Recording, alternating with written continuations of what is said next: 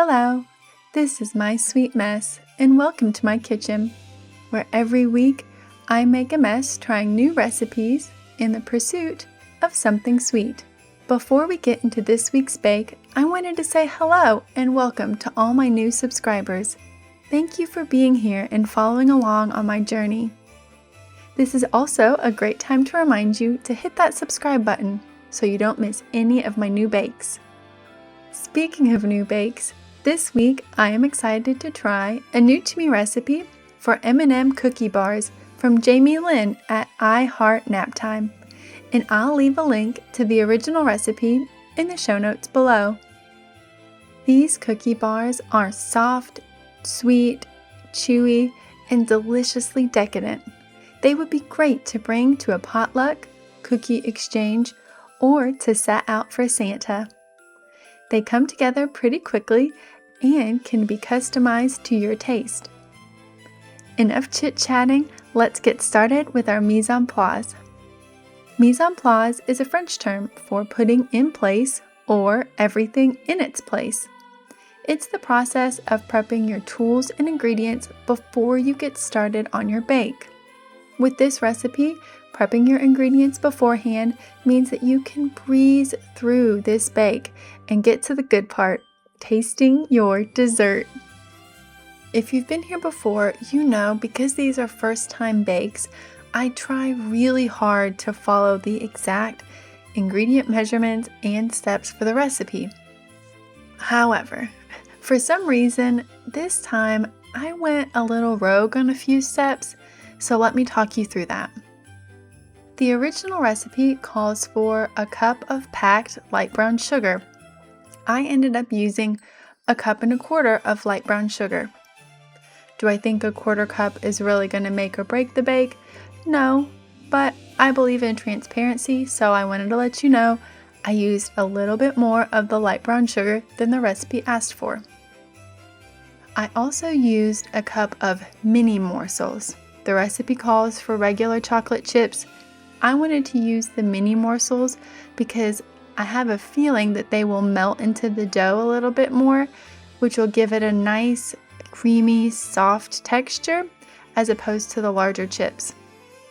The recipe calls for a cup of M&Ms in the batter.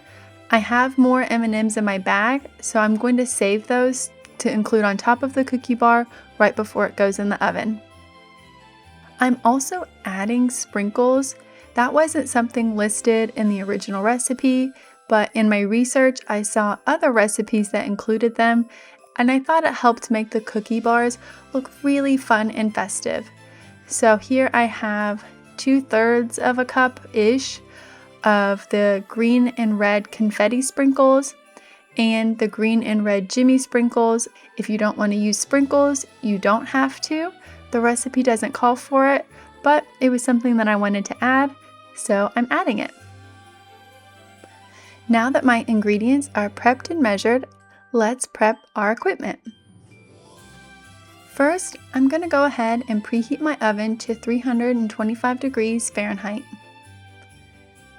Next, you'll need either a large bowl and an electric hand mixer or a stand mixer fitted with the paddle attachment, which I have right over there. And finally, you will need a 9 by 13 inch baking pan. I have a metal one here, but a glass casserole dish works just as well. Whatever vessel you choose, go ahead and line it with parchment paper. This will help make it a lot easier to get your cookie bars out of your pan later, and it helps for an easy cleanup. Lately, I've been using the scrunch method to line my pans, which is where you take a sheet of parchment paper, scrunch it up once, unfold it carefully, and scrunch it again to line your pan. For added insurance, I'm also going to spray the parchment paper with a little bit of cooking spray. And once that's all done, I'll set it aside for later. And that's it. The ingredients are measured out and the equipment is prepped, so let's get started with our bake. Using either a large bowl with an electric hand mixer or a stand mixer fitted with a paddle attachment, we are going to cream together the light brown sugar, granulated sugar, and the room temperature butter. Your mixer should run for about a minute until everything is well combined. In the interest of transparency, my second stick of butter was not quite at room temperature, and it was causing some problems when mixing together the sugars. So I fished out some of the larger pieces of butter and popped them in the microwave to warm them up for about 15 seconds. Then put them back in the mixer and had no further problems. So if your butter isn't quite softened or softened at all, I would encourage you to warm but not melt your butter in the microwave. It makes the combining process so much easier. Once your butters and sugars are well introduced, it is time to turn the speed down slightly on the mixer and add in the eggs and the vanilla. Once the eggs and vanilla have been added, go ahead and turn the mixer back up for a few turns, and then we'll turn the mixer off completely and scrape down the sides before moving on to the dry ingredients.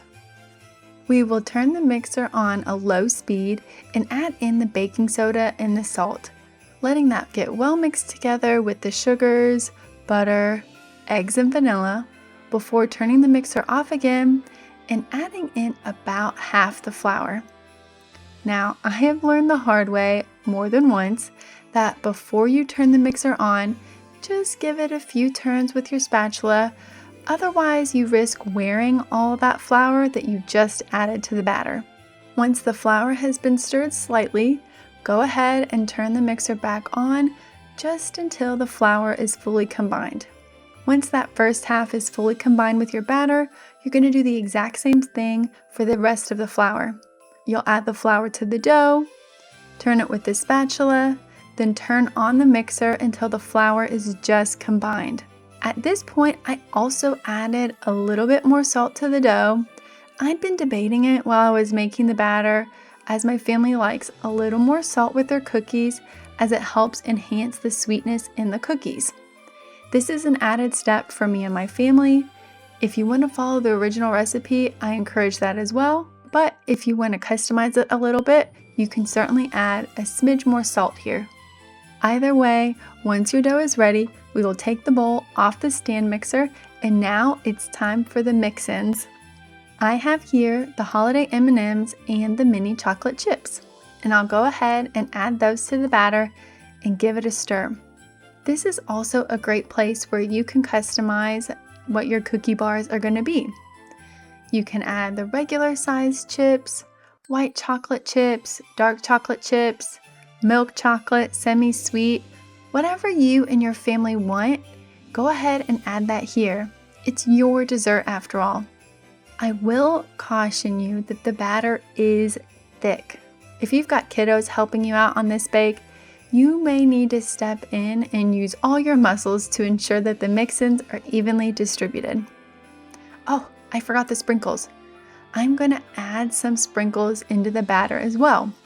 Like I mentioned at the mise en place stage, I have here a combination of red and green confetti sprinkles, which are the circle sprinkles, and red and green Jimmy sprinkles, which are the straight line sprinkles. And I'm just going to add those to the batter. I'm also going to save some of the sprinkles to add to the top of the cookie bars. Once everything is well combined, it's time to get this guy into the previously prepared baking pan. As I mentioned, this dough is pretty thick. So as I'm trying to spread out the dough into the pan, it is not easy. I used my spatula and a butter knife, but what really helped me was to get a clean, flat bottom glass and spray it with a little bit of cooking spray, and then use that to push and scoot the dough into the edges of the corners of the dish. Be patient, this part takes a little bit of time and trial and error, but it's worth it in the end because you want a nice and even cookie bar going into the oven so that it cooks evenly. Once the dough is pretty flat and even, I'm going to go back and add some sprinkles and M&Ms to the top of the cookie bars just to help them look a little bit more fun and festive. Once the bars are decorated to your liking, we will pop them into the oven for 30 to 35 minutes or until the top is barely golden brown. So I'll see you in about 30 minutes or so. And I'm back. It took a little over 30 minutes, and I am very pleased with how these turned out. They smell delicious and are so pretty and festive. That outside edge looks nice and golden brown, and the middle looks soft and chewy. While these are still warm, I'm going to sprinkle the whole pan with a little finishing salt, which will add a nice salty flavor to contrast the sweetness of the cookies. If you don't want to do this, by all means feel free to skip this step. My family likes a little salty contrast to the sweet cookie, so I'm going to go ahead and add the salt. Before I can have a bite of these festive cookie bars, I'm going to have to wait and let them cool completely in the pan before I lift them out and slice them up. I will be back once my cookie bars are cooled and sliced. Be back in a little bit. And it's about an hour later, and don't these look absolutely wonderful? These would be showstoppers on any dessert table. The inside looks soft and chewy, and the outside has a nice crunchy crust. I am so glad I used the mini chips. I think that they melted into the dough beautifully. Enough chit-chatting, let's give these guys a taste. And wow, these are wonderful. They are soft and chewy like a barely done cookie, but crunchy on the outside like a cookie cake. You get a nice crunch from the M&Ms, and that finishing salt makes a nice contrast to the sweet cookie bar. These would be great to make with your kiddos. They can certainly help dump ingredients into a bowl and decorate the top of the cookie bars with sprinkles and M&Ms. Don't forget to like and subscribe, and let me know in the comments below what little tweaks you made to the recipe to make it your own. Thank you so much for being here with me today. And remember, trying new things is messy, but the end result can be pretty sweet. Have a great rest of your day. Bye now.